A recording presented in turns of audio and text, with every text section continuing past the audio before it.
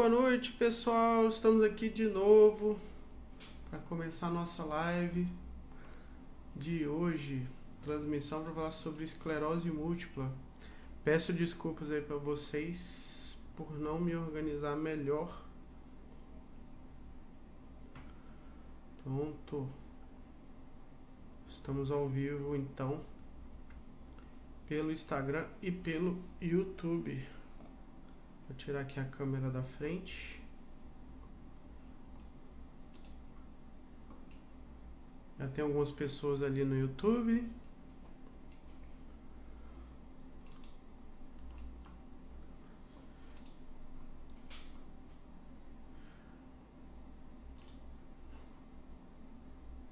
Deixa eu tirar aqui as legendas.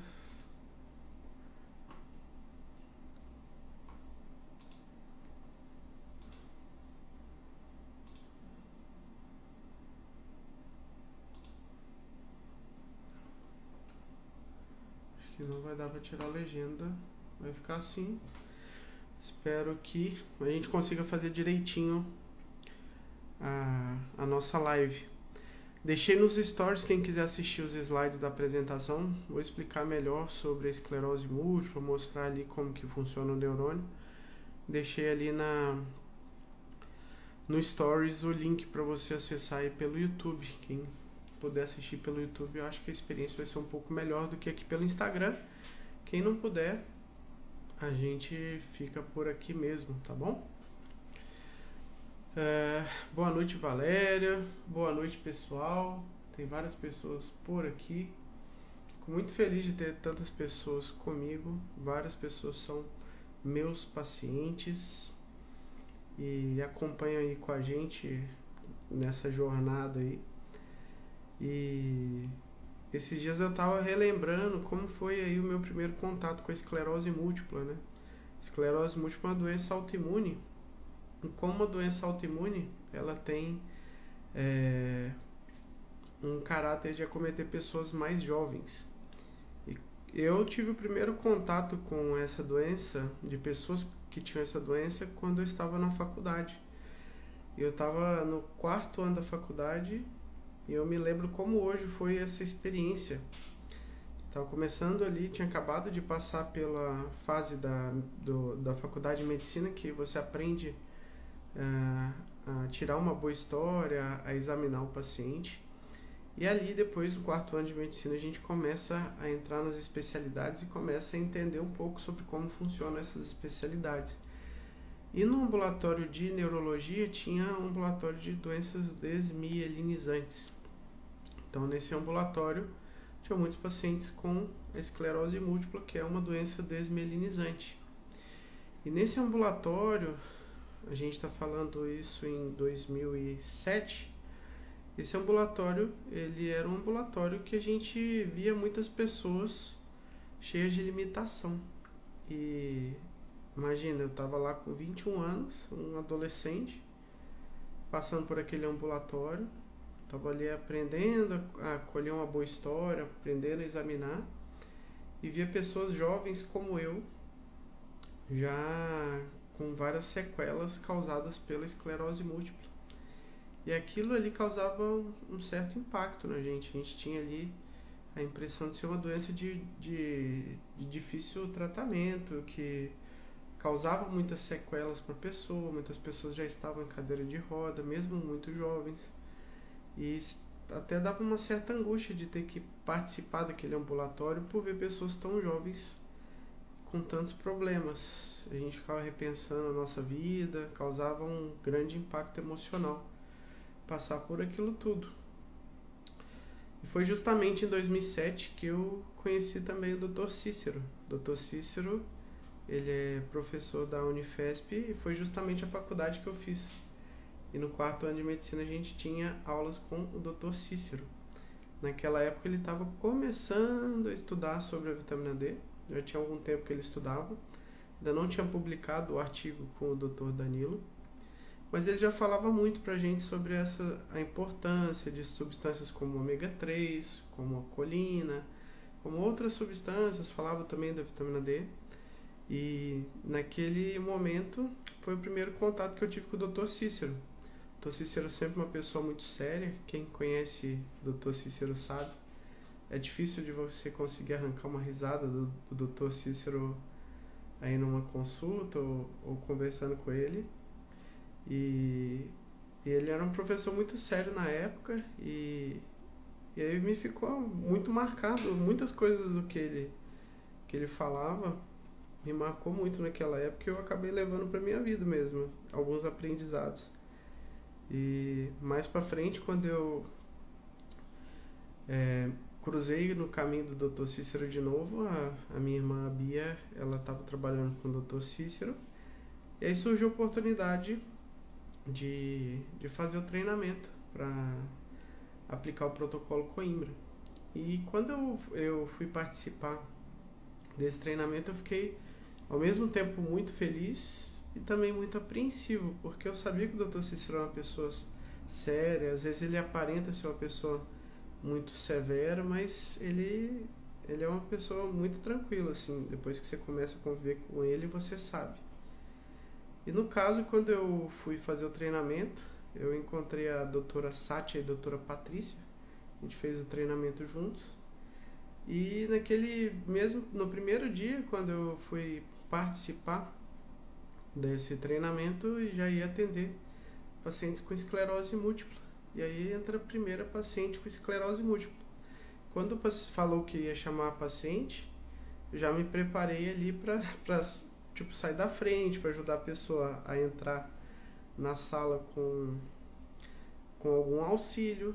E aí, para minha surpresa, a paciente entrou andando, como se nada tivesse acontecido com ela. E se uma pessoa olhasse para ela, eu não diria que ela tinha esclerose múltipla.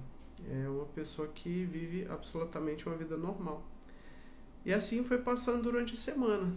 E foi interessante que em uma semana quebrou um pouco daquela imagem que eu tinha da esclerose múltipla como uma doença que é uma doença que causa ali sequelas definitivas.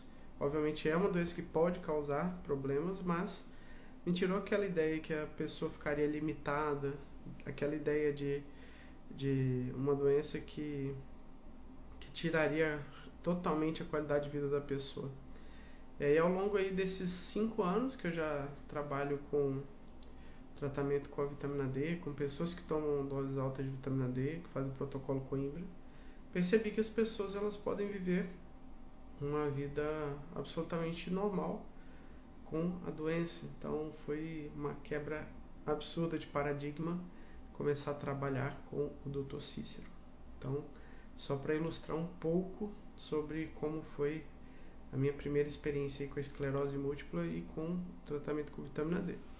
Mas hoje eu não quero ficar falando só sobre a questão da vitamina D, mas eu quero falar realmente sobre a doença. Quero explicar para vocês como que funciona a esclerose múltipla, o que acontece no corpo de quem tem esclerose múltipla, o que acontece com a imunidade da pessoa que tem esclerose múltipla, quais são os gatilhos que podem piorar a doença, quais são os tratamentos que você pode seguir, como que é feito o diagnóstico. Então eu vou dar uma pincelada um pouco de tudo sobre essa doença, tá? Quem tiver no YouTube vai conseguir então assistir aqui os slides. Então vou compartilhar aqui com vocês a minha tela. Não conseguirei ler o chat do YouTube, mas do Instagram eu consigo ficar lendo também. Então, a gente vai interagindo aí durante a nossa apresentação. Deixa eu compartilhar aqui minha tela.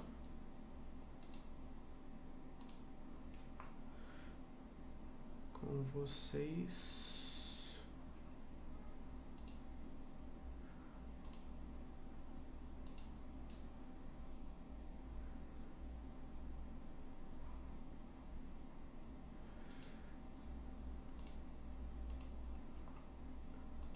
A gente vai envelhecendo e a gente vai começando a apanhar um pouco da tecnologia, né? Não é fácil. Então, o tema da live de hoje: esclerose múltipla, é possível voltar a ter uma vida normal? Que é a Suzana falando que é paciente do Dr. Cícero. Tem vários. Dr. Cícero tem milhares de pacientes, né? Hoje eu estava relembrando que eu tenho pacientes pra caramba de esclerose múltipla. E é interessante, vou falar um pouco mais sobre isso depois, mas interessante ver como que foi a evolução dessas pessoas ao longo aí desses 5 anos. Semana passada mesmo eu atendi uma paciente que foi uma das primeiras pacientes que eu vi na clínica, que é uma paciente de Belo Horizonte, uma paciente muito jovem, uma menina quando veio aqui, e ela começou a fazer o acompanhamento comigo e ela tinha muita incerteza, muita insegurança, ela ainda estava... tinha acabado de receber o diagnóstico, né? Então ela estava muito pensativa sobre o que faria, qual tipo de tratamento faria ou não.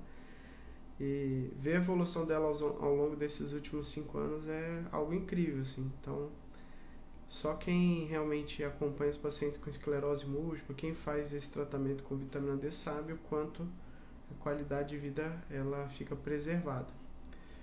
Mas a esclerose múltipla, ela traz com a gente muito essa ideia de que a pessoa vai ter limitações ao longo do tempo. A pessoa vai ter uma vida mais curta, que ela vai ter que abandonar o que ela faz para poder se dedicar a só cuidar da doença. E a gente começa a perceber que não é nada disso. Antigamente era muito mais difícil tratar a esclerose múltipla, até porque não tinha muito conhecimento sobre o que acontecia no sistema imunológico. Então, esses dias eu vi uma matéria que eu até coloquei aqui para quem está assistindo no YouTube observar, o efeito da desinformação na vida de quem tem esclerose múltipla.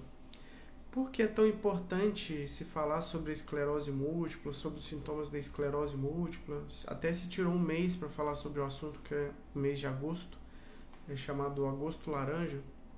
E ontem foi o dia de conscientização sobre a esclerose múltipla. Porque é uma doença que ela pode causar muitas sequelas para a vida da pessoa. E quanto mais cedo você começa a tratar a doença e você identifica a doença, você faz o diagnóstico, maior a chance de você evitar essas possíveis sequelas. Então, essas sequelas elas podem ficar para a vida inteira. E aí conta a história de uma mulher, que pode ser a história de muitas de vocês que têm esclerose múltipla, ou muitos de vocês que têm esclerose múltipla, que uma mulher que ela passou por vários e vários e vários médicos por muitos anos e que ninguém sabia o que ela tinha e não se fazia o diagnóstico. Então ela passou por muito tempo batendo de médico em médico, muitas vezes sendo vista como uma pessoa que estava com algum problema psicológico apenas, que muitos médicos falam que aquilo ali é chilique, alguma coisa assim, frescura que a pessoa tem, mas na verdade não é nada disso, são sintomas que a pessoa sente. Então, às vezes a pessoa acha até que ela está ficando doida, porque ninguém acredita nela.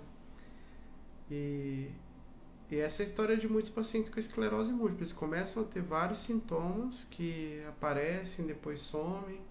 A pessoa acaba sendo muitas vezes desacreditada, até que encontra algum médico que realmente consegue fazer o diagnóstico da doença. Esses dias mesmo eu peguei uma paciente que ela veio assim com uma história muito clara de que ela poderia ter esclerose múltipla. E aí ela fez ali os exames que a gente precisava para poder investigar a doença e realmente mostrou várias doenças, várias lesões compatíveis com a esclerose múltipla. Então a história, depois que você começa a ouvir muitas vezes a mesma história, começa a ficar uma história batida. E aí você já começa a pensar logo na história quando você ouve. E a gente vai falar um pouco sobre essa história. Se fala muito hoje da esclerose múltipla porque muitas pessoas famosas têm desenvolvido a doença. O ano passado até a Anitta, não sei se foi ano passado ou foi esse ano, a Anitta estava investigando um possível quadro de esclerose múltipla. Tinha desenvolvido ali mononucleose, que é uma doença que está associada ao vírus, que tem sido apontado como um dos fatores associados à esclerose múltipla, que é o vírus Epstein-Barr. Mas várias atrizes que a gente conhece ali, que a gente assistia na televisão, todas delas atrizes da Globo, elas têm aí o diagnóstico. A mais famosa delas é a Cláudia Rodrigues, todo mundo quando fala em esclerose múltipla lembra dela. A atriz que faz aí a Guta Stresser, eu acho, que é a atriz que fazia a Bebel da Grande Família, aquele seriado da Globo, passava nas quintas-feiras, a Ana Beatriz Nogueira, Ludmila Dyer, então várias atrizes famosas, elas desenvolveram a doença e acabaram lançando luz sobre esse tema. É uma doença aí que acabou indo muito para a mídia por conta dessas pessoas famosas que ficaram doentes por conta dessa doença. E muitas delas começaram a ter dificuldades, principalmente a Cláudia Rodrigues. Então, muitas vezes a gente vê imagens como essa que eu coloquei aqui para vocês na tela aqui do YouTube. A imagem da Cláudia Rodrigues, por exemplo, em um surto ali de esclerose múltipla. Então, ela é uma atriz que era muito famosa na época que ela estava ali no auge dela, estava fazendo o seriado dela, A Diarista, né? E aí ela foi acometida pela doença e ela se afastou, acabou saindo ali acabou o seriado, e aí ela não voltou à atividade dela. Então, muitas vezes, quando a pessoa ela ouve falar sobre esclerose múltipla, ela tem muito essa ideia, muito parecida com a que eu tinha, de que a pessoa vai evoluir cheia de sequelas, que vai ter que deixar de fazer as coisas que ela fazia, vai ter que deixar o emprego para se dedicar à doença. Isso é algo muito ruim. Não é a realidade de hoje em dia que a gente vê no consultório médico e no dia a dia. Muitas das pessoas que têm esclerose múltipla hoje, como eu disse nos stories do Instagram, elas não têm não tem um cara de que tem a doença. Elas vivem uma vida absolutamente normal. Se você cruzar com ela na rua, você não diria que ela não tem absolutamente nada, tá?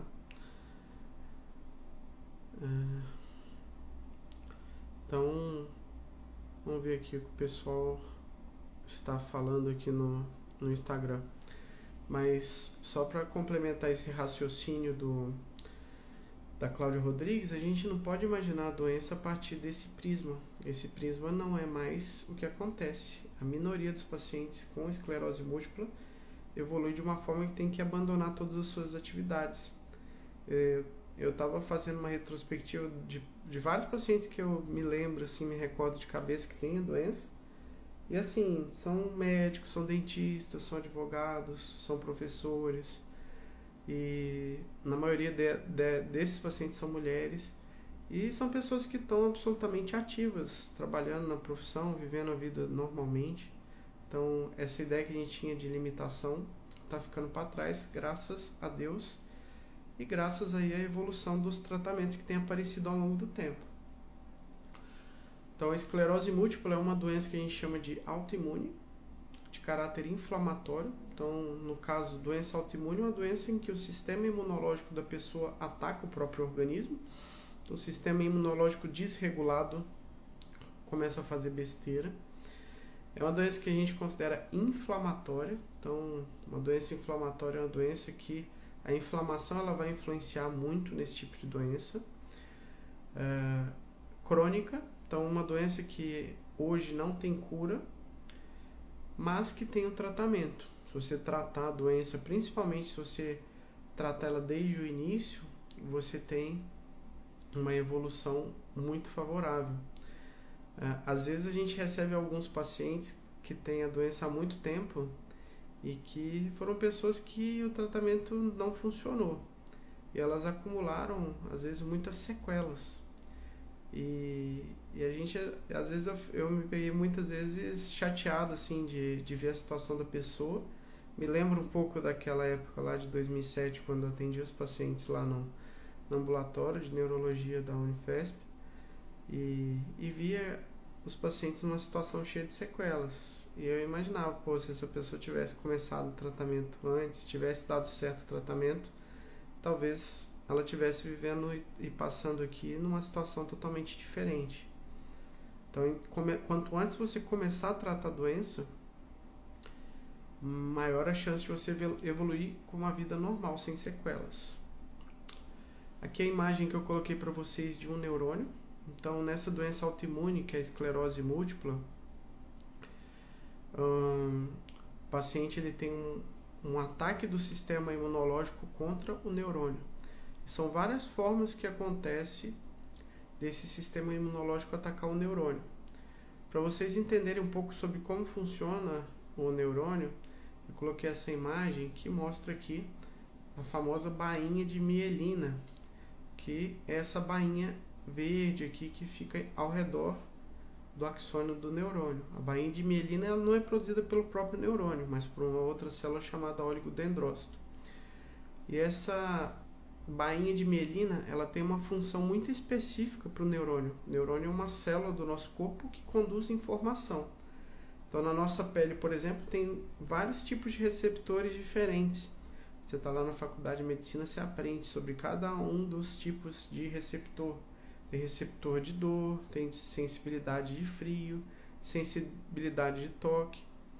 Tem vários tipos de receptores diferentes para avaliar a temperatura, para avaliar as condições que estão acontecendo ali ao nosso redor.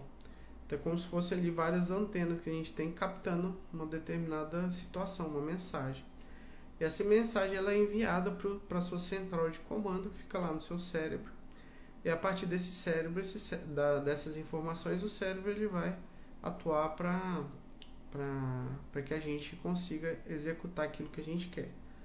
No caso da esclerose múltipla, existe um ataque contra a bainha de mielina dos neurônios. Esse neurônio que deveria conduzir a informação, ele passa, quando ele está sem essa bainha de mielina, a ter dificuldade de passar essa informação para frente. Então, muitas vezes o que acontece é que essa informação se perde. A gente fala que é como se o neurônio fosse um fio, e aí quando ele está desmielinizado, é um fio que está desencapado, é um fio que não vai funcionar da forma que deveria. E no caso da esclerose múltipla, o que acontece é que esses fios vão sendo desencapados pelo próprio sistema imunológico. O sistema imunológico desregulado identifica a bainha de mielina ou outras proteínas que tem ali naquele neurônio como algo invasor e ataca, gera um ataque contra essa bainha de mielina. Então, se vocês forem ver essa outra imagem que coloquei, o que acontece é que as células do sistema de defesa que deveriam nos proteger acabam fazendo besteira, acabam ou fazendo um ataque direto a essa bainha de mielina, a esse neurônio, ou fazendo a produção de substâncias que vão acabar causando a destruição dessa bainha de mielina. E aí, quando acontece isso, vão gerar alguns sintomas. Não sei se vocês têm ideia de quais são os sintomas iniciais mais comuns da esclerose múltipla. Vou até perguntar aqui para vocês no Instagram o que vocês acham, quais são os sintomas que vocês acham que a pessoa que tem esclerose múltipla vai sentir, ou quais são os sintomas, se você teve esclerose, quais foram os primeiros sintomas que apareceram para você. Vou mostrar para vocês uma tabela com alguns dos principais sintomas. Pemontijo, dormência. Então, dormência é um dos sintomas realmente mais comuns. Natália Lambertini, perda momentânea da visão. Também é um sintoma muito comum, inicial. Muitas vezes a esclerose múltipla se manifesta ou com uma dormência em uma ou mais partes do corpo, ou a perda de visão causada por uma neurite, que é uma inflamação do nervo que tem no olho. Li Galhardo, o meu foi nos olhos. Então, essa alteração da neurite é muito comum de acontecer. Então, a pessoa tem emborramento visual, alteração das cores, dificuldades para enxergar. Às vezes, perde a capacidade de enxergar uma parte da visão. Então, perda da lateral da visão, da parte média da visão. Rayane, tem EM, os primeiros sintomas foram formigamento e perda de força do lado esquerdo.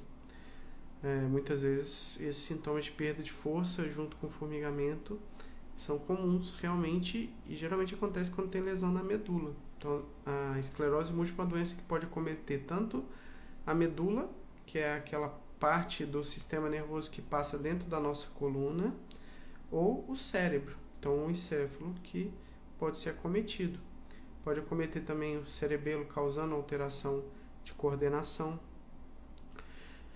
Protocolo com dieta fácil, neurite óptica, desequilíbrio, choque na nuca. Esse choque na nuca tem um nome chamado sinal de Lermite. Então a pessoa ela dobra aqui a cabeça, então aflete aqui a cabeça e desce um choque pela parte posterior da coluna, então na região do dorso. Vera, perda de equilíbrio. Acap Erangeli, perda de visão. Vera teve uveíte também. Uveíte não é causada pela esclerose, mas quem tem uma doença autoimune pode ter outras manifestações autoimunes também. Burna, formigamento, dormência, visão dupla, perda de equilíbrio. Então, isso é característica da esclerose múltipla, quando aparece a lesão em múltiplos locais diferentes. Então, alterações neurológicas em múltiplos lugares, que geralmente vão melhorando ao longo do tempo, e que aparecem também ao longo do tempo, elas não aparecem de forma súbita. Ela é uma doença que os sintomas aparecem de forma rapidamente progressiva. É diferente do AVC, que você consegue identificar exatamente o minuto do tempo onde aconteceu aquela alteração neurológica. A esclerose múltipla é algo um pouco mais progressivo, mais lento. Às vezes pode ser rapidamente progressivo, ao longo de poucos dias já tem várias alterações que vão aparecendo. Mas esses sintomas eles vão durar mais do que 24 horas, não é algo transitório. Então essa doença ela começou a ser observada e ser chamada de esclerose múltipla pelo pai da neurologia, que é um médico francês chamado Charcot. Esse médico ele identificou em cadáveres de pessoas que tinham as manifestações da doença placas brancas endurecidas em múltiplas localizações diferentes, tanto na medula quanto no cérebro das pessoas com esclerose múltipla. Então, ele deu esse nome de esclerose múltipla por conta disso. A gente não pode confundir com esclerose lateral amiotrófica, que é um outro tipo de doença que não é autoimune, que é neurodegenerativa, tem manifestações diferentes, um quadro clínico diferente com a esclerose múltipla, tá? Mas vocês acertaram e vocês trouxeram os sintomas que realmente acontecem. Então, mais comum é ter perda de sensibilidade. Logo depois, 37% dos pacientes com esclerose, segundo esse estudo que eu coloquei aqui, tiveram perda de sensibilidade. 36% tiveram neurite óptica. 35% fraqueza. Parestesia, 24%. Então, alteração de sensibilidade, então muitas vezes formigamento, sensação de choque. Visão dupla, que é essa diplopia, 15%. Ataxia, que é a alteração da marcha, a pessoa anda às vezes como se estivesse bêbada, 11%. Vertigem, que é a tontura, 6%. Crises paroxísticas, disfunção vesical, disfunção ali na bexiga, 4%. Sinal de Lermite, que é esse choque da coluna, 3%. Dor, 3%. Muitas pessoas associam a esclerose múltipla à dor, mas uma pequena parte das pessoas com esclerose realmente tem dor. Então, quadro de demência associado ali à perda de memória, perda de visão total, paralisia facial são manifestações menores. 1% só tem epilepsia. Então, são manifestações que são menos comuns. Então, realmente, as manifestações iniciais mais comuns são perda de sensibilidade, a alteração visual causada pela neurite, a fraqueza, então perda de força para levantar o braço, a perna, ou formigamento, sensação de queimação em alguma parte do corpo.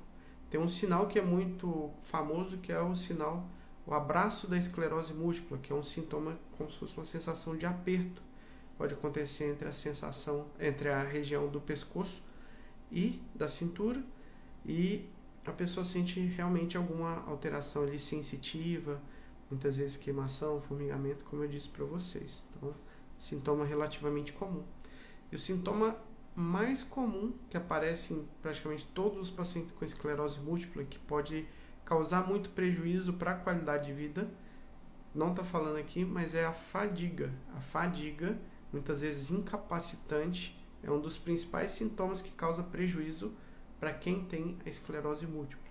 Tá? Então é importante frisar essa questão da fadiga, que causa muito prejuízo na qualidade de vida. Então, muitas pessoas aqui falando, Isabel, sou Isabel, administro junto com a Leda canais de divulgação do protocolo Coimbra. Estamos solicitando depoimentos dos pacientes do protocolo Coimbra. A gente tem vários pacientes, Ana Carolina atrasada, mas cheguei. Dá tempo de entender um pouco sobre esclerose múltipla, Ana Carolina. Depois você pode assistir também, de novo. Vou deixar gravado no Instagram e no YouTube essa live. Então, a esclerose múltipla se manifesta inicialmente com esses sintomas que eu mostrei para vocês, mas existem duas formas principais que a doença ela vai se manifestar ao longo do tempo. A forma inicial, que é a mais comum, 85% das pessoas com esclerose múltipla tem, é a forma que a gente chama de remitente e recorrente, que é essa forma que aparece em surtos. Então, geralmente é uma pessoa que começa a ter um sintoma, então perdeu a força no braço ou teve alguma alteração de sensibilidade. Aquela alteração ela apareceu rapidamente e depois ao longo do tempo ela vai melhorando. Algumas semanas ou alguns meses esse sintoma some ou praticamente some, tem uma melhora quase total ou total daquele sintoma. Depois de um tempo, o que vai acontecer? A pessoa tem um outro sintoma, geralmente em um local diferente. Às vezes pode ser no mesmo local. E aí isso vai aparecendo ao longo do tempo.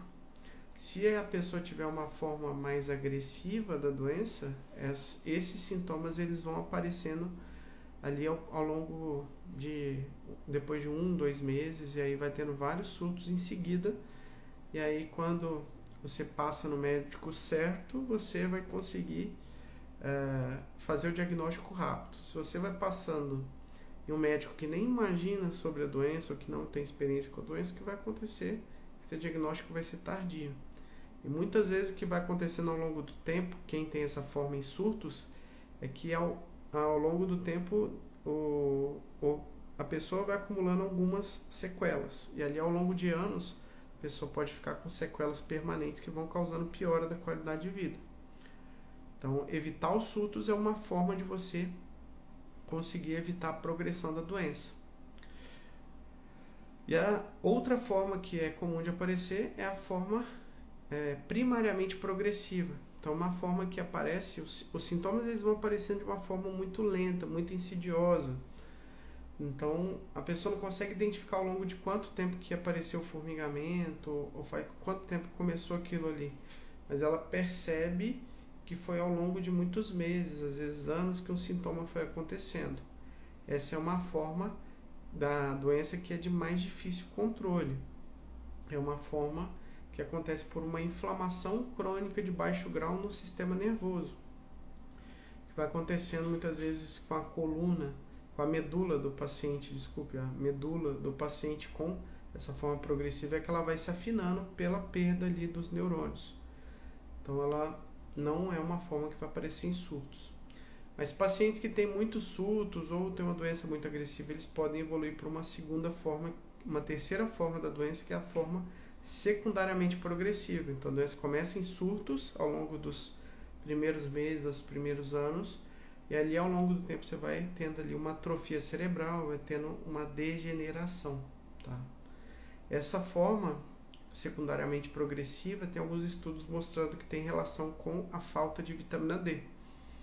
É algo que mais informações são mais recentes. Então, quanto menos vitamina D tiver no seu sistema, mais inflamação cronicamente vai ter, maior a chance de evoluir para essa forma progressiva. Também tem outros fatores de risco para a gente evoluir com essa forma progressiva, que eu vou falar para vocês mais para frente, que são os gatilhos para piora da doença. Não sei se eu estou indo rápido demais, mas é porque eu tenho algumas coisas a mais que eu gostaria de falar para vocês.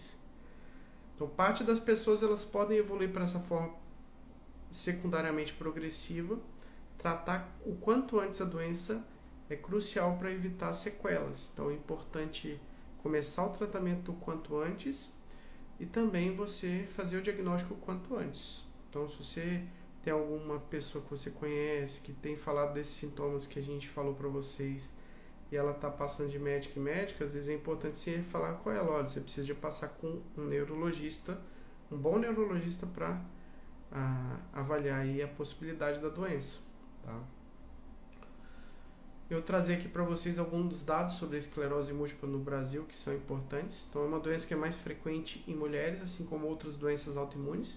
Então, comete 3 mulheres para cada homem. Então, 75% das pessoas com EM vão ser mulheres. O início mais comum é em pessoas jovens, entre 20 e 40 anos.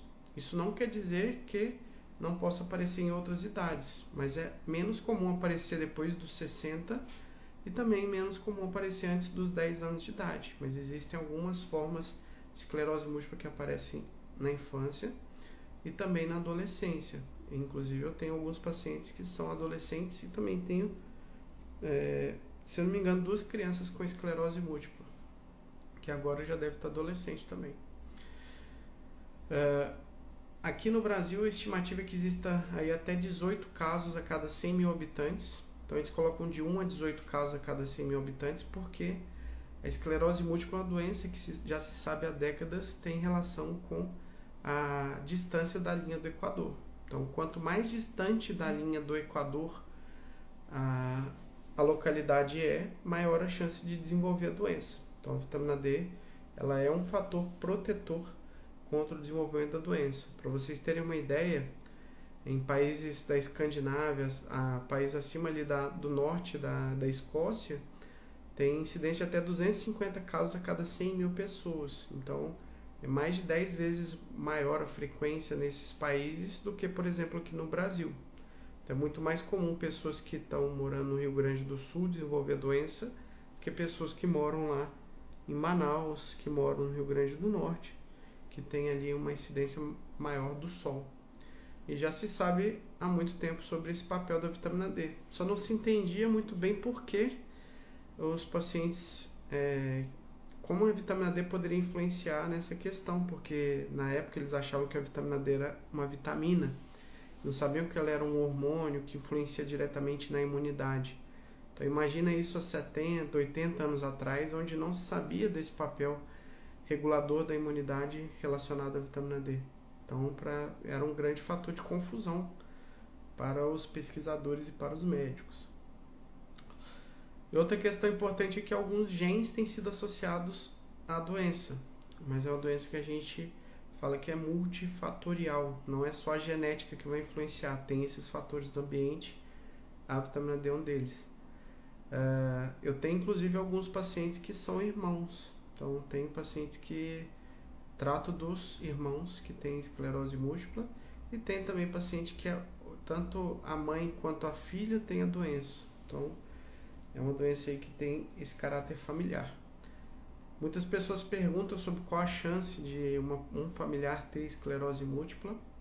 Não sei se vocês sabem dessa informação, mas eu vou colocar aqui para vocês. Se você tiver um gêmeo idêntico a você, então um gêmeo absolutamente igual a você, a chance dele desenvolver esclerose múltipla é 1 em cada 3, então mais ou menos ali 33%, 30% de chance.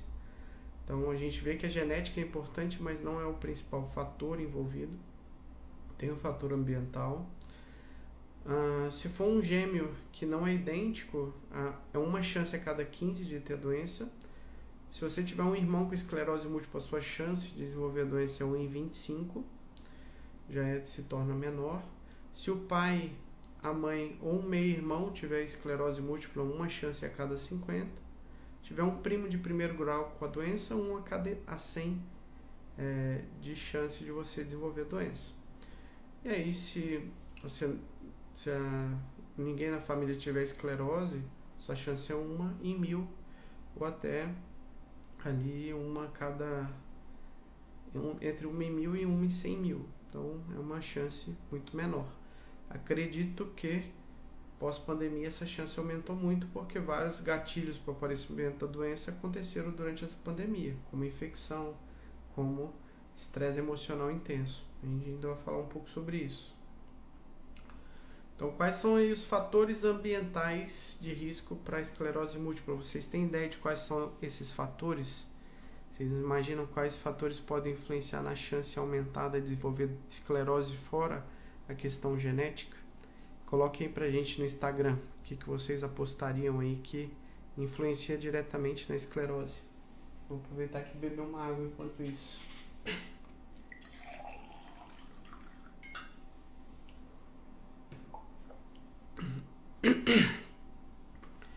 Então a chance da sua filha ter, ó, Ana Carolina, é uma chance, uma a cada 50. Então não é uma chance aí tão grande, mas é maior do que a população em geral. Então, ó, QC-alvo, estresse, frio, alimentos inflamatórios, os principais fatores ambientais aí que podem influenciar no aumento da chance da esclerose múltipla. Sedentarismo. Tem relação com isso que a Natália falou. Alimentos inflamatórios e sedentarismo. Estresse como um dos gatilhos. A gente sempre fala sobre essa questão de estresse. Mas, ó, primeiro deles é a deficiência de vitamina D, que a gente já tinha falado. Segundo é tabagismo. Então, se a pessoa fuma, a chance de desenvolver esclerose múltipla é maior. E se a pessoa tem esclerose múltipla e decide permanecer fumando, existe uma chance muito grande para evoluir com a forma progressiva da doença, uma chance até 3 vezes maior. Então, se você tem esclerose múltipla e continua fumando, você tem uma chance aumentada de evoluir com sequelas no futuro. Não faça isso, tem que parar. Tá? Protocolo Coimbra Dieta Fácil: estresse, infecções graves, procedimentos invasivos, vacinas. Então, tudo isso influencia. Vírus Epstein-Barr, que é um vírus que tem sido muito associado. Então, é um vírus que tem um tropismo pelo sistema nervoso. Então, é um fator também de risco para a doença. A maior parte dos pacientes com a esclerose múltipla tem infecção prévia por esse vírus. Então, tem sido visto como um dos fatores aí. Outro fator importante é a obesidade. Então, a obesidade está relacionada a dormir mal, se alimentar mal, sedentarismo. Então, tudo isso vai ter alguma influência ou no aparecimento da esclerose múltipla ou na evolução. E a gente percebe em especial que o estresse emocional é um fator determinante para o aparecimento da doença, um gatilho para aparecer a doença. Então, quem mantém um nível altíssimo de estresse emocional é uma pessoa com risco aumentado também de ter o aparecimento dessa doença. A gente percebe que as pessoas com doenças autoimunes, em especial a esclerose múltipla, têm um perfil de personalidade mais hiperreativo. Então, são pessoas que têm dificuldade de lidar com as adversidades. Muitas vezes tem a questão de querer controlar muito o que acontece, sendo que muitas coisas da vida não tem controle. Pessoas que têm uma ansiedade maior, querem as coisas para ontem. Então, tem vários fatores aí que a gente fala relacionados ao estresse. E geralmente acontece em crianças, pelo menos os casos que eu vi acontecerem, foram em períodos que os pais estavam tendo muitas brigas ou estavam em período de divórcio. Em adolescentes é comum de aparecer na época de vestibular. Também é comum de aparecer em época que ou logo após entrar na faculdade ou próximo do TCC. Pessoas que mantêm um nível de estresse elevadíssimo no trabalho, que estão tendo problemas de relacionamento do trabalho. Então a gente percebe que esses fatores aí de estresse funcionam muito como um gatilho também. Então, essa doença é uma doença, como eu falei, multifatorial. Diagnóstico da esclerose múltipla, ele é um diagnóstico que não é tão simples. Muitas vezes o paciente ele vai descobrir que pode ter esclerose múltipla fazendo um exame de imagem, então vai fazer uma ressonância por conta de uma dor de cabeça, descobre que tem ali a doença, ou ela vai começar a fazer alguma investigação, pede uma ressonância por outro motivo e descobre ali as lesões desmielinizantes. Às vezes a pessoa tem algum sintoma inespecífico, pede um exame de imagem da medula e vê que existe ali uma lesão desmielinizante, e aí vai investigar melhor Aí vai fazer uma retrospectiva e ver que tem alguns sintomas inespecíficos. Então, essa questão do exame de imagem é importante, além daqueles sintomas iniciais que a gente falou. Mas também o exame de líquor é importante para a gente fazer o diagnóstico da doença. Então, não existe um exame específico que você faça que vai determinar que você tem ou não esclerose múltipla. A combinação da história clínica com o exame de imagem, com o exame do líquor. No líquor, por exemplo, aparece um aumento das imunoglobulinas, que são substâncias produzidas ali pelo sistema imunológico, que vão se apresentar aumentadas nesse líquido que envolve ali o cérebro e envolve também a medula. Então, é um indicativo de que houve um ataque do sistema imunológico. Presença ali famosas bandas oligoclonais. Então, quando o paciente está investigando sobre esclerose múltipla, a gente pede esse exame das bandas oligoclonais para poder, junto com a clínica e com o exame de imagem, tentar confirmar a doença. Então, ela é uma doença que tem critérios diagnósticos muito bem definidos. Então, para você determinar o diagnóstico da esclerose múltipla, você tem que estar atento a todos esses fatores que eu falei para vocês. Muitas vezes o paciente inicialmente, no primeiro surto, não dá para você dar o diagnóstico de esclerose múltipla, porque a gente chama isso de síndrome clínica isolada. Então, o paciente teve sintoma, tem uma imagem ali compatível, mas não tem outras lesões ao longo do tempo para falar que ele tem realmente uma esclerose múltipla. Tem pessoas que evoluem de forma muito branda, a doença praticamente não evolui, e outras pessoas a doença é mais agressiva. A gente tem muita relação com aqueles fatores que eu falei para vocês dos gatilhos. A gente tem percebido essa questão dos fatores emocionais muito envolvida nesse processo. Como eu falei anteriormente, é importantíssimo vocês terem essa ideia, tanto o diagnóstico quanto o tratamento, quanto mais precoce for, menor a chance de evoluir com sequelas. Então, faça o tratamento quanto antes você suspeita ou descobriu a doença. Procure um médico capaz de te ajudar nesse tratamento, para que você não tenha sequelas. Importantíssimo falar sobre isso. Tratamento que a gente recomenda geralmente durante os surtos é o de pulsoterapia. Então, a pulsoterapia é quando você utiliza corticoide em dose mais alta durante o surto para você acelerar a recuperação e evitar as sequelas causadas ali pelo ataque do sistema imunológico contra a bainha de mielina.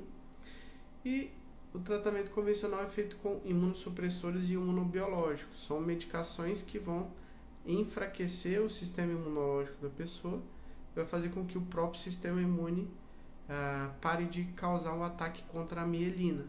Então, é uma forma de tratamento que tem evoluído aí ao longo do tempo, tem se procurado drogas mais seguras. Algumas drogas aí têm alguns problemas sérios, mas não é o que eu quero falar sobre isso hoje. Quero falar sobre vida normal, não quero falar sobre doença, sobre sequelas, sobre piora da doença. E a gente fala sempre sobre essa questão de ajustar o nível de vitamina D de forma adequada, é fundamental no manejo e na evolução da doença. Então, não basta manter ali um nível adequado de vitamina D. Muitas vezes a pessoa vai precisar de uma dose maior de vitamina D para poder manter o sistema imunológico.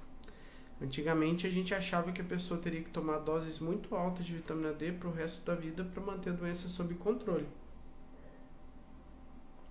Hoje a gente começa a perceber, o Dr. Cícero percebeu muito isso com os pacientes ao longo do tempo, começou a perceber que quando você começa a tratar principalmente a questão do emocional, consegue fazer com que a pessoa ajuste a rotina dela, que ela consiga melhorar ali construir hábitos mais saudáveis de vida, manter uma vida mais tranquila, essa pessoa ela consegue reduzir a resistência que existe à vitamina D, que tem associação com a questão da genética.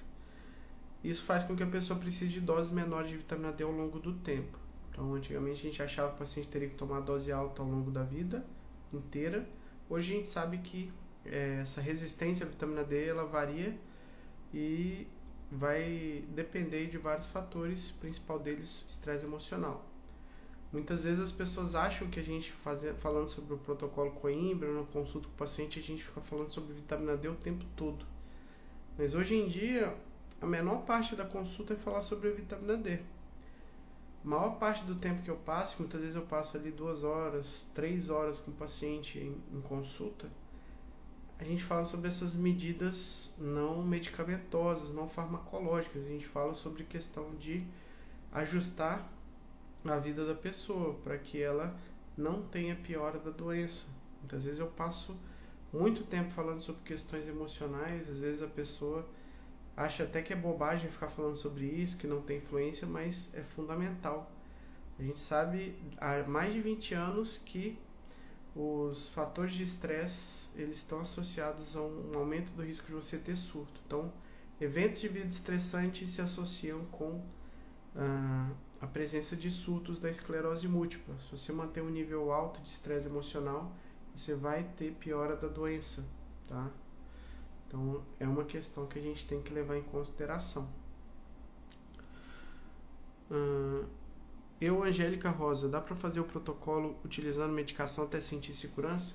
Na verdade, a escolha em manter ou não a medicação é da pessoa que faz o tratamento. O que a gente faz é explicar para o paciente os riscos que a pessoa corre.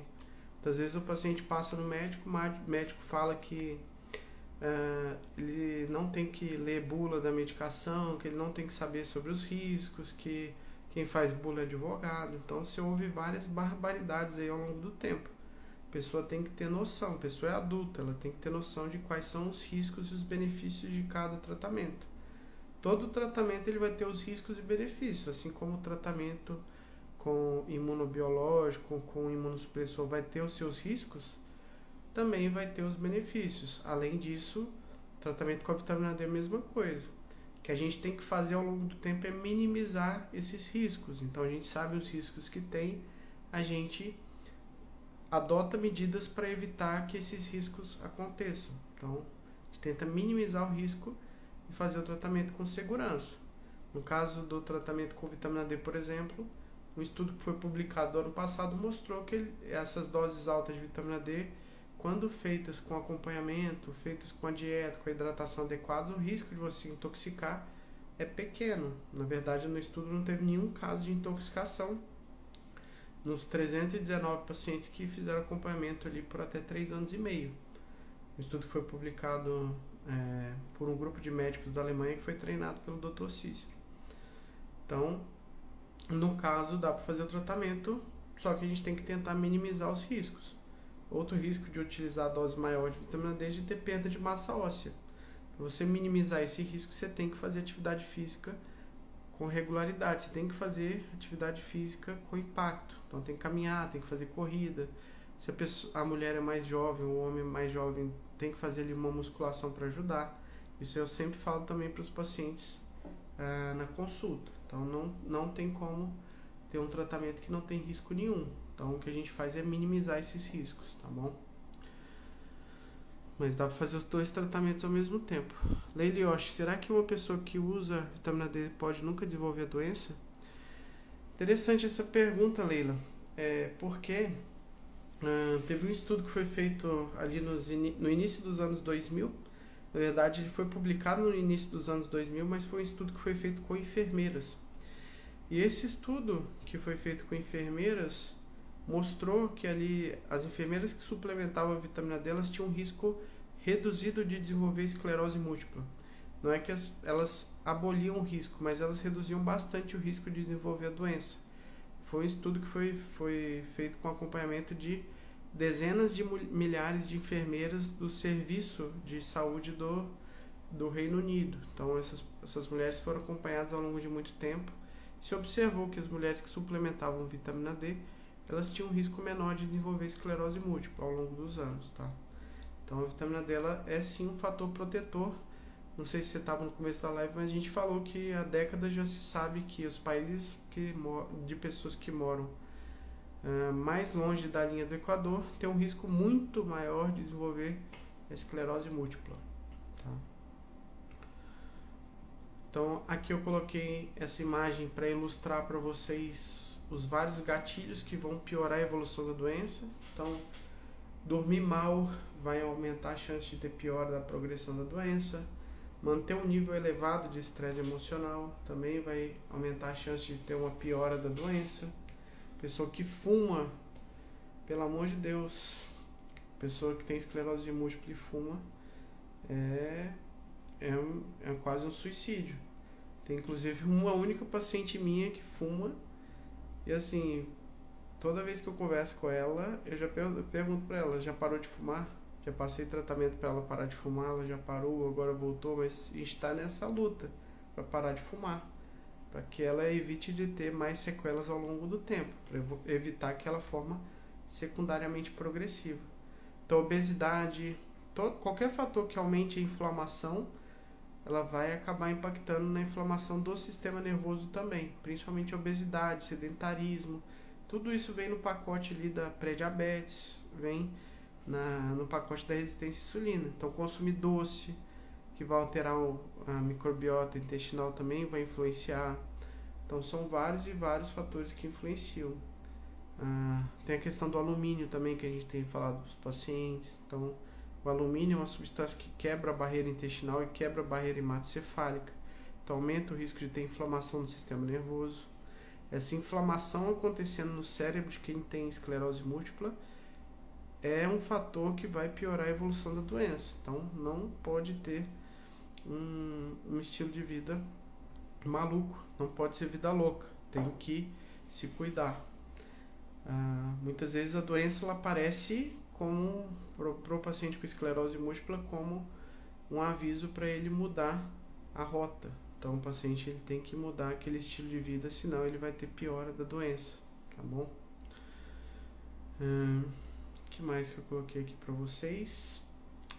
Esse estudo foi um estudo que foi feito com dose de até 40 mil unidades de vitamina D. Então, o estudo foi publicado em 2010, se fala muito pouco sobre ele, mas é um estudo que foi importante porque ele mostrou que doses mais altas de vitamina D, até 40 mil unidades, são extremamente seguras, mesmo que nesse estudo eles suplementaram junto cálcio. Então, durante o período que foi feito o estudo, mostrou uma certa segurança, ninguém se intoxicou nesse estudo. Ele foi um estudo importante também que ele mostrou que quando os pacientes usavam doses mais altas de vitamina D, existia uma redução do número de lesões que apareciam no sistema nervoso ao longo do tempo. Então, mostrava que a atividade da doença ficava menor quando você suplementava doses mais altas de vitamina D. Esse outro estudo é um estudo que foi publicado agora em abril. Não vi nenhum site falando sobre ele, mas foi um estudo que foi publicado na revista Nutrients. E foi um estudo que falou justamente sobre exames de imagem na esclerose múltipla e o uso de doses mais altas de vitamina D. Então, esse estudo, que é uma revisão sistemática, ou seja, um estudo que tem um nível de evidência maior, mostrou que ao longo do tempo existe uma redução do número de lesões que aparecem quando você toma doses mais altas de vitamina D. Então, esse estudo até mostra esse estudo anterior que eu mostrei para vocês, mas mostram os outros estudos que tem ali por volta de 10, 20 mil unidades de vitamina D. Então, reduz ao longo do tempo a chance de ter novas lesões da esclerose múltipla, de ter novos ataques contra a bainha de mielina. A gente espera aí que no futuro tenham mais estudos com pacientes com doses altas de vitamina D. Tem por último esse estudo que foi publicado por um grupo de médicos da Itália. Esse grupo de médicos da Itália, ele foi treinado pelo Dr. Cícero também. Então é muito interessante ver que vários grupos de pesquisa eles têm começado a estudar com mais profundidade essa questão da dose mais alta de vitamina D nas doenças autoimunes. E esse estudo ele comparou a qualidade de vida dos pacientes que fazem o tratamento com dose alta de vitamina D com aqueles que usam a medicação convencional. E esse estudo mostrou justamente que os pacientes que usam doses altas de vitamina D têm uma qualidade de vida muito melhor, tanto qualidade de vida física, tanto qualidade de vida emocional. Então, um estudo aí interessante também que foi publicado, mostrando essa questão da qualidade de vida dos pacientes que usam as doses altas de vitamina D. Muitos pacientes eles abandonam o tratamento convencional porque eles começam a sofrer com os efeitos colaterais da medicação, né? Então, muitas vezes eles sentem como se estivessem doentes o tempo todo. Principalmente as medicações que eram mais antigas ali, de 10, 15 anos atrás, elas tinham muito esses efeitos colaterais da pessoa sentir que estava completamente doente, tá? E muitos dos pacientes abandonaram o tratamento convencional e foram para o tratamento com a vitamina D porque eles sentiam que tomar a medicação era pior do que os sintomas que a própria doença trazia. Era uma manifestação muito comum, tá? E ao longo do tempo aí foi muito interessante observar a evolução das pessoas com esclerose múltipla e a evolução dos tratamentos, né? Então, é muito importante frisar essa questão, tá bom? Vamos abrir aqui para perguntas. Então, agora eu consigo ver as perguntas tanto do YouTube quanto as perguntas do Instagram.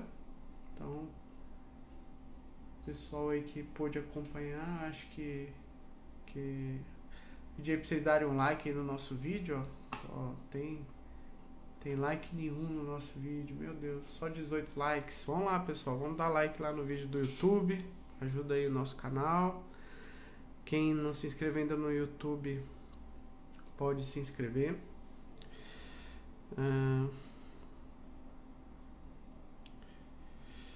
Vamos ver o que tem aqui de perguntas no Instagram. Se vocês quiserem do YouTube perguntar também, fique à vontade que eu vou respondendo para vocês, tá?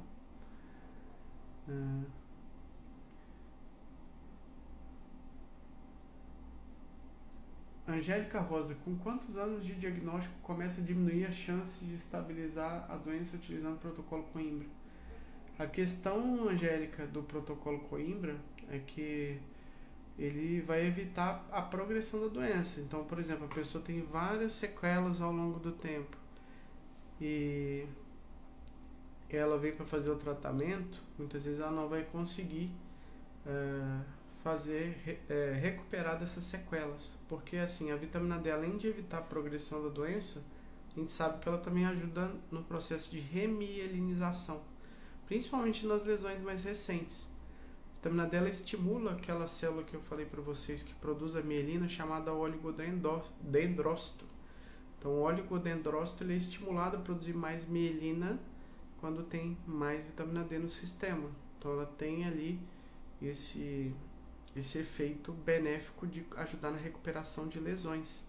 A gente tem vários pacientes que fazem o tratamento, inclusive, que as lesões elas vão sumindo ao longo do tempo. Algumas lesões elas somem e as manifestações causadas por aquela lesão elas também vão sumir, associadas àquela lesão.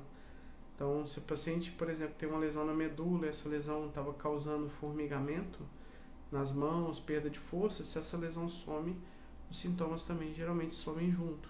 Então, é um dos efeitos. Muitas vezes o que acontece é que o paciente ele vem com a esperança de voltar a ter uma vida normal, de recuperar totalmente, mas ele já tem muitas sequelas que são irreversíveis para o que a gente tem hoje de tratamento. Tem algumas lesões que elas ficam irreversíveis porque houve a morte de neurônios naquele local. Muitas vezes o neurônio ele pode ter sido desmielinizado, mas ele continua vivo. Se você remieliniza o neurônio, você recupera aquele fio desencapado, ele volta a funcionar normalmente e volta a exercer a função dele. Então a gente tem que levar isso em consideração, tá? Lucélia, excelente. Valéria, excelente aula. Que bom que vocês gostaram, pessoal. Eu sei que eu atrasei uma semana essa apresentação para vocês, essa live de hoje, mas é porque eu queria preparar melhor.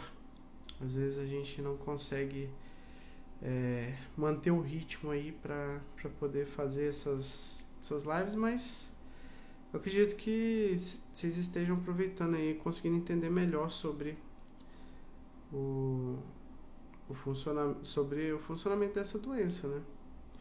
Cassie, o que você acha do fumarato de metila? O fumarato de metila é uma medicação, tem os seus prós e os seus contras. A questão é que você tem que estar muito atenta a quais são os contras, porque se esse contra começar a se manifestar, quanto antes você começar a tratar, melhor. Em geral, os imunobiológicos, eles são medicações que têm um efeito mais imunossupressor. E no caso que eles podem levar tanto ao aumento do risco de infecção quanto ao aumento do risco de câncer também, porque eles enfraquecem o sistema imunológico. Tá? Angélica, é seguro engravidar fazendo protocolo? A gente tem ali, eu tenho pelo menos umas 10 pacientes que fazem o tratamento com vitamina D que engravidaram, que não tiveram nenhum problema com o bebê. Então, o que a gente faz, geralmente o que eu faço é ajustar a dose de vitamina D durante a gestação. Gestação é um período na doença autoimune que geralmente a doença fica mais controlada. Então, quem tem esclerose múltipla, quem tem outras doenças autoimunes e se encontra gestante, a doença autoimune ela fica bem mais controlada, tem menos manifestações. O que pode acontecer depois do nascimento do bebê, ter uma descompensação da doença autoimune, mas isso aí a gente vai controlando ao longo do tempo. Mas eu acho que eu nunca tive nenhuma paciente com EM que teve surto depois do parto, logo depois do parto. Fizer o tratamento direitinho, a chance é muito pequena. Estou falando da prática clínica que a gente vê, tá?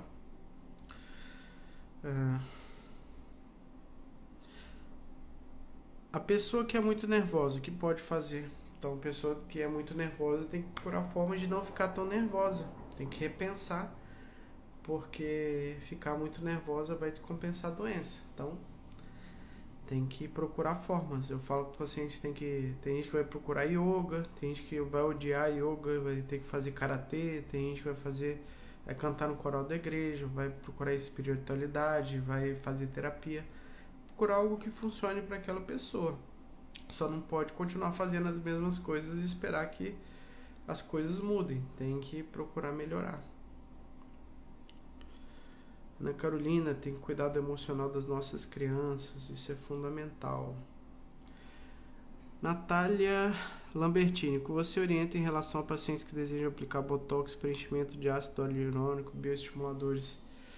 Então, eu não recomendo ficar fazendo esses procedimentos, porque o paciente já tem um sistema imune que tem a tendência a desregular.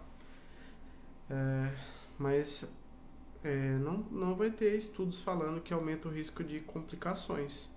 Todo procedimento tem as suas complicações. Eu não faria, eu não recomendaria, mas a decisão é sempre da pessoa. Como eu sempre digo, o médico é sempre um conselheiro. Quem toma as decisões, quem é o reinante é a pessoa. Tá? Se tiver alguma questão aí do pessoal do YouTube também, pode fazer, pessoal. Estamos por aqui. Maria José Marques, o que você me fala do ocrelizumab? Então, é uma medicação que tem sido muito usada, mas tem seus riscos também, mesmos riscos que eu falei para você. Geralmente, quando o paciente vem em consulta, eu mostro para ele que tem nos estudos. Então, aí ele decide se ele mantém a medicação. Tem um custo e tem um malefício aí que pode acontecer.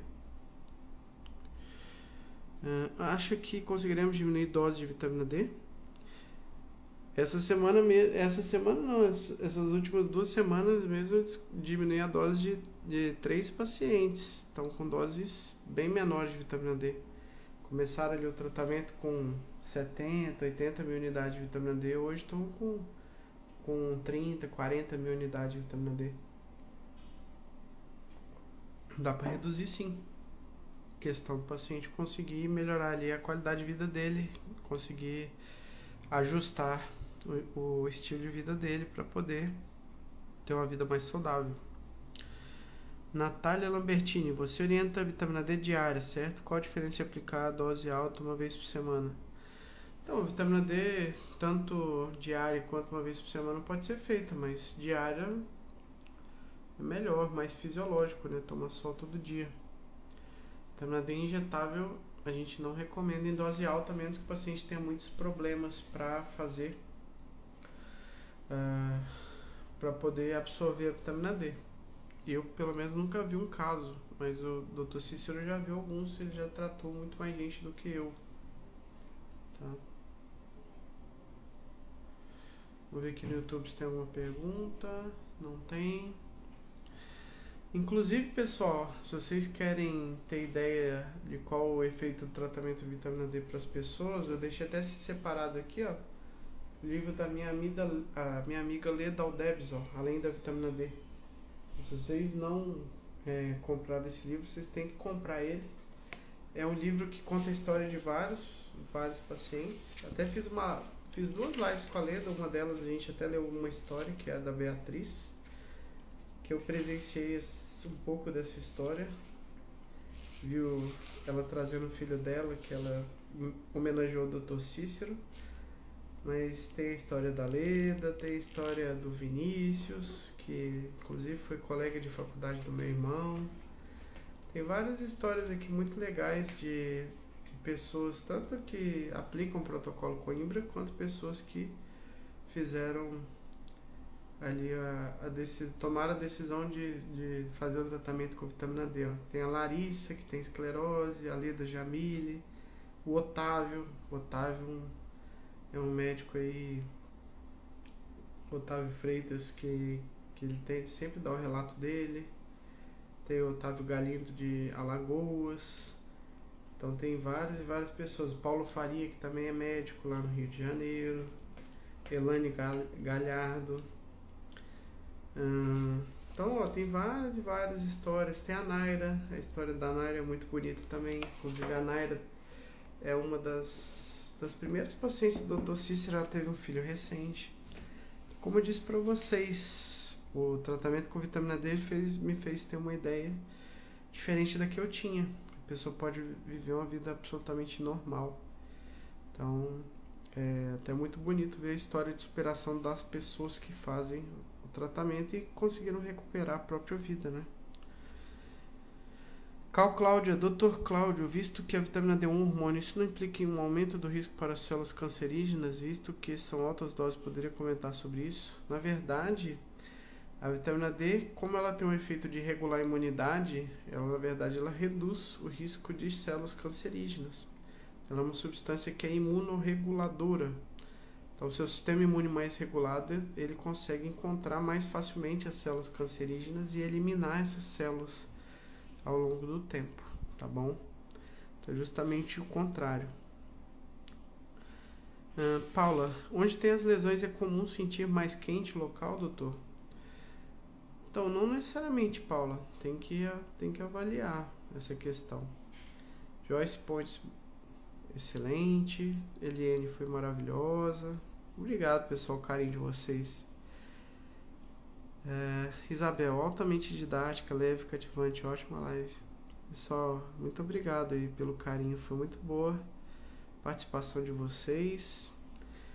Espero que vocês tenham gostado de verdade.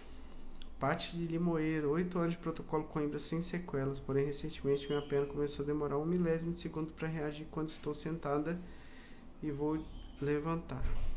Tem que passar com o seu médico, Paty, e ver o que está acontecendo.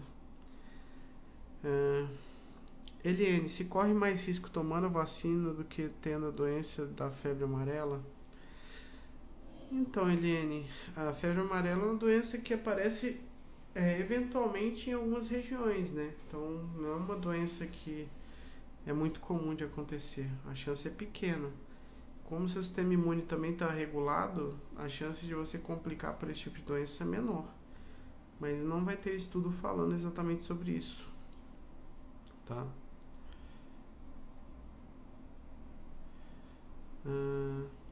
Boa noite, Mônica. Natália, qual o valor de vitamina D recomendado para o paciente em esclerose múltipla entre 60 e 80? Na verdade, a gente recomenda tratamento com dose mais alta de vitamina D, Natália. Então, o paciente fica com níveis acima de 100, mas não se intoxica com excesso de cálcio, porque controla a ingestão de cálcio, controla a hidratação. Tá?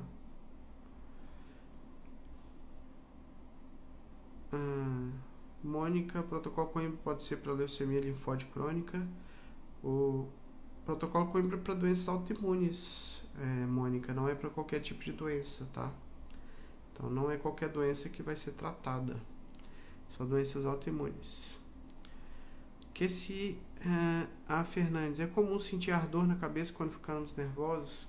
Então quem tem esclerose múltipla pode ter lesões que ficam de vez em quando aparecendo novamente, que são o que a gente chama de um falso surto, como você tem uma manifestação, por exemplo, você teve essa queimação na cabeça, foi causada por um surto.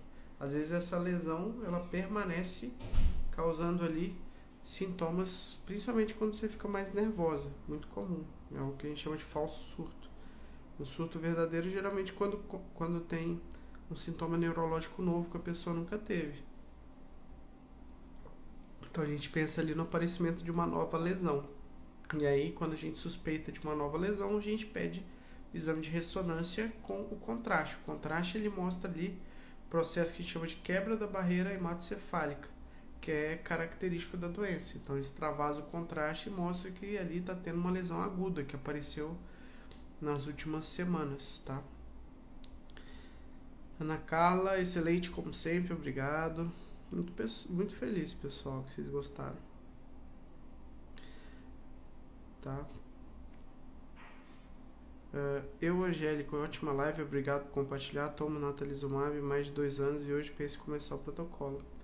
Quem tem natalizumab tem que ter muito cuidado com o vírus JC, que é o maior risco de quem toma essa medicação, que tem um risco de você evoluir com uma doença chamada LEMP, que é um tipo de doença até mais grave do que a esclerose múltipla. Não se fala muito sobre esse tipo de efeito colateral do natalizumab, mas é importantíssimo você sempre acompanhar e ver se esse vírus positivou ou não, porque essa LEMP ela aparece com esse tipo de vírus no sistema nervoso, que é um problema que pode levar até a morte da pessoa. Então, uma boa parte das pessoas que têm esse tipo de infecção do sistema nervoso podem ir a óbito.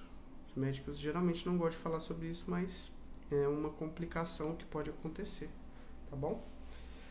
Espero que vocês tenham gostado aí da live.